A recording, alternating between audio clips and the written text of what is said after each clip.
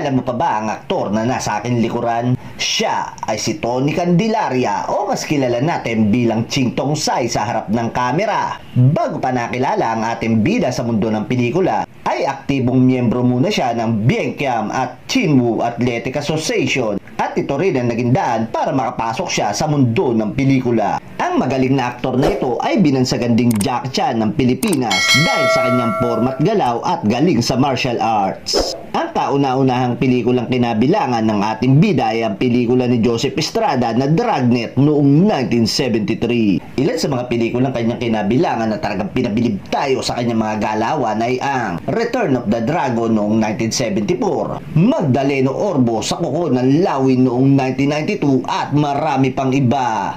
Kung kilala mo ang aktor na ito, mag-comment ka lang kung anong palabas ang napabilib ka na karakter niya. Hanggang sa muli, paalam!